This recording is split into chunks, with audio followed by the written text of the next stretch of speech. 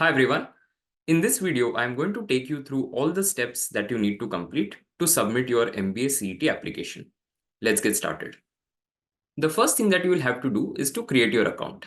For that, go to cetcell.mahacet.org and there you will see multiple tabs on the home page.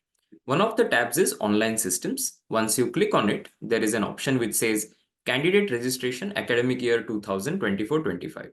Let me click on it and show you how it looks. Once you click on it, it will show you two options. One is if you're a new user, you will have to click on register, which is on the right hand side. In case you have already created your account, you can click on sign in and there are two options, registered email ID and password. Of course, since we are creating our account for the very first time, I am going to be clicking on the right option, which is register. Let me click on it and show you what happens next.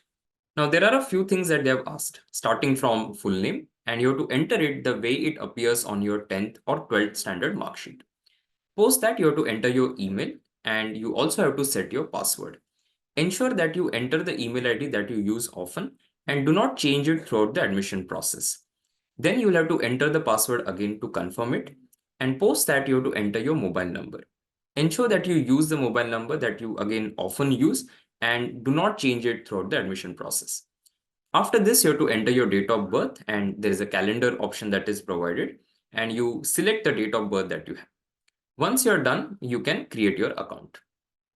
So once you click on register, you're going to get a confirmation on your email ID and your mobile number. And using the email ID that you had provided and the password that you had set, you can log in back to the dashboard. Now, once you log in, this is the first thing that you're going to see. So let me walk you through some of the questions that they've asked. The first thing that they've asked is starting from personal details, your father's name and your mother's name. After this, you have to enter the gender, religion, region you are from, then mother tongue, nationality, annual family income, and the marital status.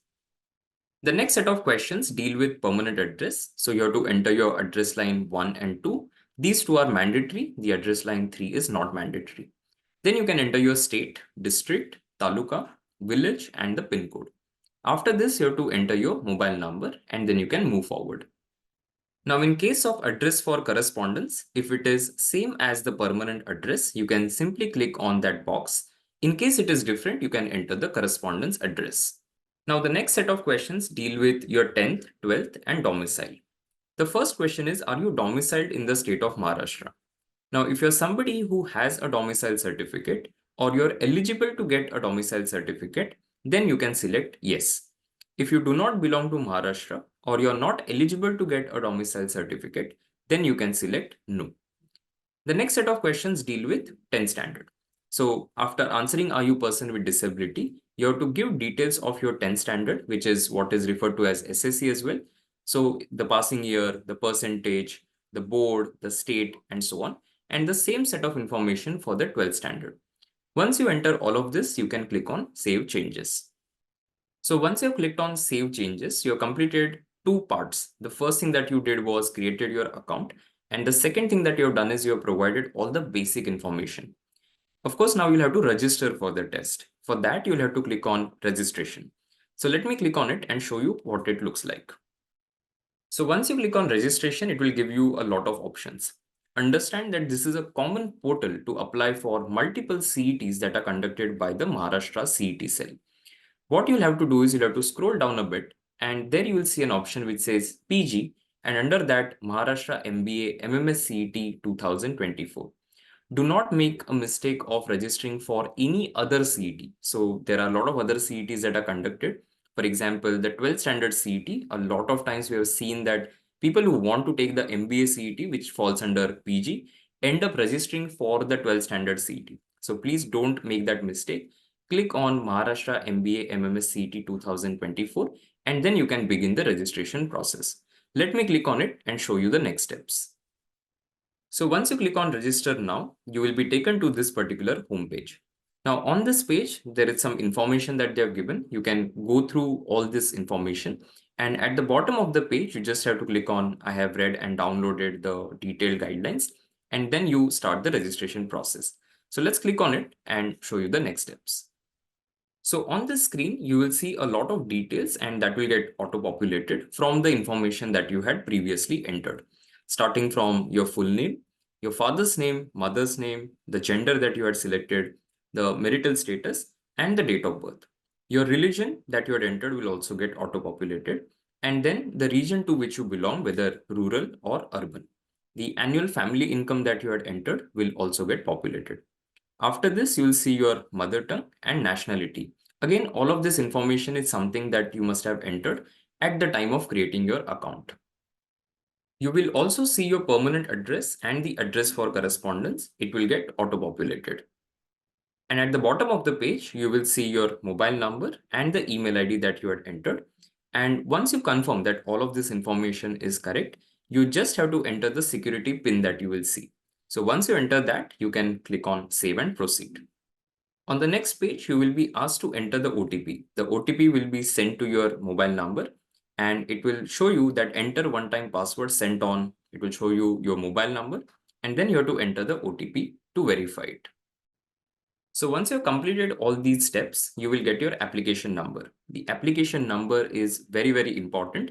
Make sure that you save it somewhere.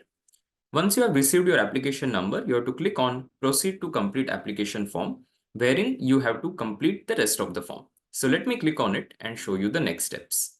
So on the Home tab, it will show you all the steps that you need to complete. You have already completed step 1, which is entering your personal information.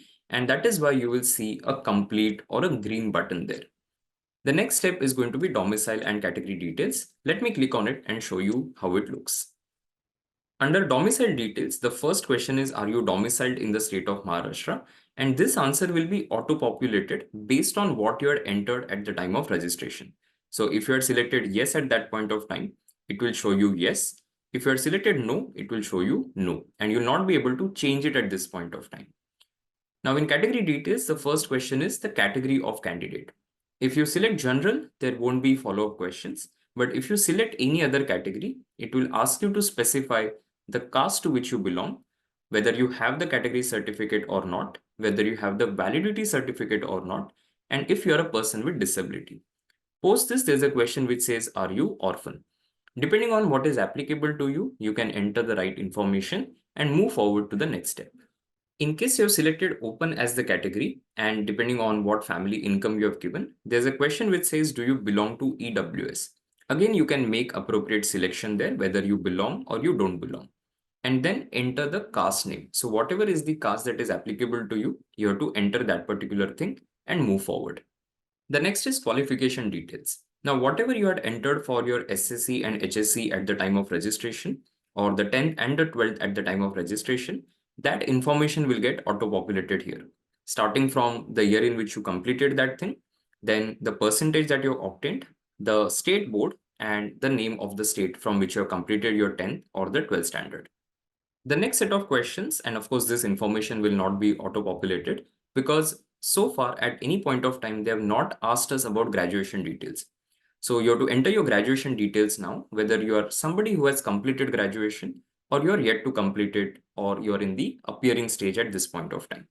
So graduation status, past or appearing, depending on what you select, there will be follow-up questions. So if you have selected past, it will ask you for the passing year, the duration of the course, whether it is 3-year, 4-year or 5-year and so on. And then the type of marking scheme. So whether it is percentage or CGP. So depending on whatever is applicable, you can make the right selection.